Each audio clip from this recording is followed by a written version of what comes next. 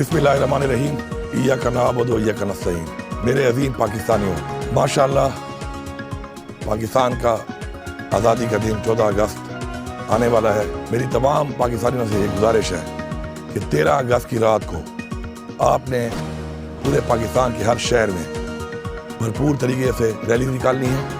और उस रैली के अंदर आपने पाकिस्तान का झंडा और साथ पाकिस्तान तरीके साहब का झंडा इस तरीके से लहराना है और एक मैसेज देना है कि इंशाअल्लाह हम इमरान खान के साथ हैं और इंशाअल्लाह हम हकीकी आज़ादी तक इंशाअल्लाह अपनी तहरीक को जारी रखेंगे। और बिलखसूस क्योंकि यहाँ तो हमारी अपनी हुकूमत है, हमारे अपने सूबे में पख्तूनख्वा में, लेकिन और सूबों में मैं सबको ये पैगाम दे रहा हूँ कि आप लोगों ने इस तरीके से झंडा उठाना है इकट्ठा बनाकर, और अगर आपसे कोई झंडा छीनने की गलती करता है तो आपने सिर्फ वीडियो बनानी है, अपनी गाड़ियों पर भी लगाएं, मोटरसाइकिलों पर लगाएं, घरों पे लगाएं और रैली में ये झंडा आपने लहराना है। और अगर आपसे कोई भी झंडा छीनता है तो सिर्फ एक वीडियो बनाएं ताकि वो लोग रिकॉर्ड पे आ जाएं कि जो पाकिस्तान के झंडे को हाथ डालते हैं, ताकि इंशाअल्लाह जब वक्त आएगा तो उनको इसका हिसाब इंशाअल्लाह देना पड़ेगा और निशानदेही होगी कौन से ऐसे लोग थे जो ये कर रहे थे। पाकिस्तान जिंदाबाद, इमरान खान जिंदाबाद, तहरीक इंसाफ जिंदाबाद।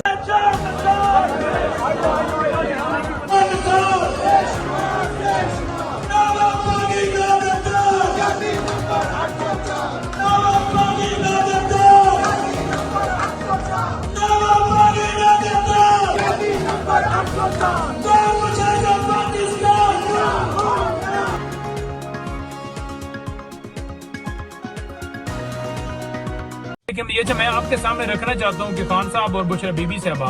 किन केसेस के अंदर इस वक्त पाबंद सलासिल है और अगर इन केसेस के अंदर बेल होती है तो क्या कोई नया मुकदमा है या नहीं है। लेकिन सबसे पहले मैं आपको बताऊं कि खान साहब के ऊपर जो केसेस हैं जिनमें इस वक्त वो पाबंद सलासिल हैं वो दो तरह के हैं। एक है तोशा खाना जो पार्ट 4 स्टार्ट किया गया, नई घड़ियां निकल आई और जिसमें गिरफ्तारी जो है वो गैर कानूनी तरीके से डाली गई, जैसे 9 मई को खान साहब को अगवा किया गया था और उस वक्त इसी तरह से किया गया था। तो इसमें भी यही किया गया कि खान साहब और बीबी साहबा दोनों ने प्री अरेस्ट बेल जो है वो अदालत में मूव की। अब अदालत को चाहिए था कि as a matter of right pre arrest bail जो है वो दी जाए, लेकिन नहीं दी गई। और साथ जो तोशा खाना केस के अंदर नोटिस दिए गए थे खान साहब और बीबी साहबा को, तो उनको भी हालांकि चैलेंज किया गया था इस्लामाबाद हाई कोर्ट में, जहां पर चीफ जस्टिस आमर फारूक साहब वो केस सुन सकते थे, लेकिन 5 दफा लगने के बाद भी वो ना सुना गया। कभी बेंच अवेलेबल नहीं है, कभी जज अवेलेबल नहीं है। अगर उन नोटिस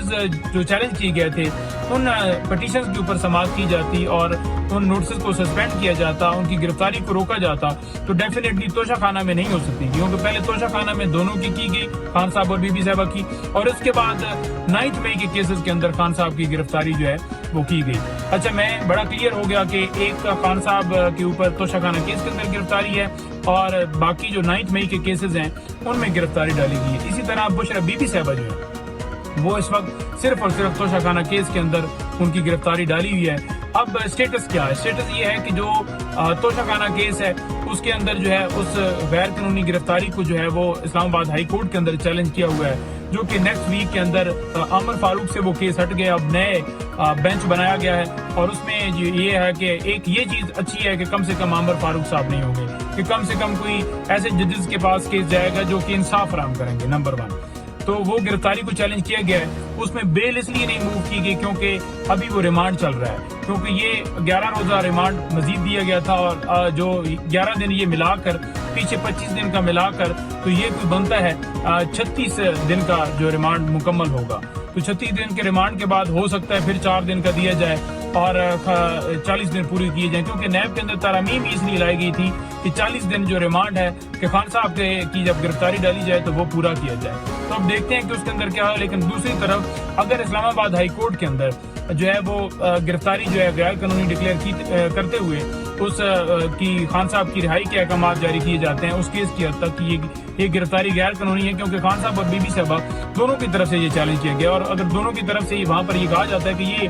गैर कानूनी था, क्योंकि गैर कानूनी बनता है जब एक बंदा कोर्ट से रजू कर लेता है बेल के लिए, तो फिर उसे जमानत as a matter of right bail मिलती है।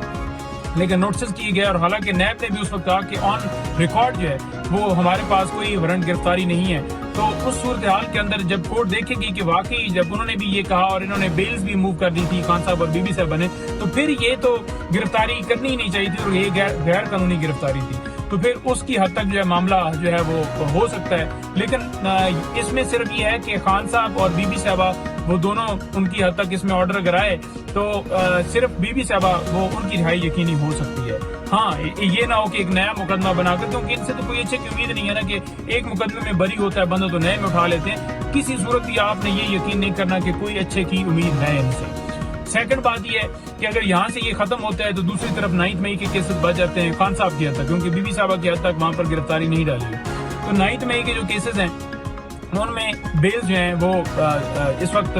دائر ہو چکی ہیں، تو اب دیکھتے ہیں کہ اس کے اندر عدالت کتنا جلدی فیصلہ دیتی ہے۔ تو اس میں نوٹسز ہوئے تھے اور عدالت اگر اس میں فیصلہ جلدی دے دیتی ہے، ہفتے میں آ جاتا ہے یا 8-10 دن میں آ جاتا ہے یا 12 دن میں آ جاتا ہے، تو پھر اگر بیلز کنفرم ہو جاتی ہیں تو پھر آن ریکارڈ اس وقت ایسا کوئی سامنے معاملہ نہیں ہے کہ نیا کوئی وہ 3 MPU کے تحت یا کوئی اس طرح کی چیز کر لیں۔ آن ریکارڈ ایسی کوئی چیز نہیں ہے جس سے وہ کہیں کہ جناب یہ گرفتاری جو ہے اس میں ہم ڈال رہے ہیں، کیونکہ جتنے کیسز پریزنٹ چل رہے ہیں ان کی میں نے آپ کو تفصیلات بتا دی کہ ان میں گرفتاری ڈالی گئی ہے۔ ہاں چھپا کے کوئی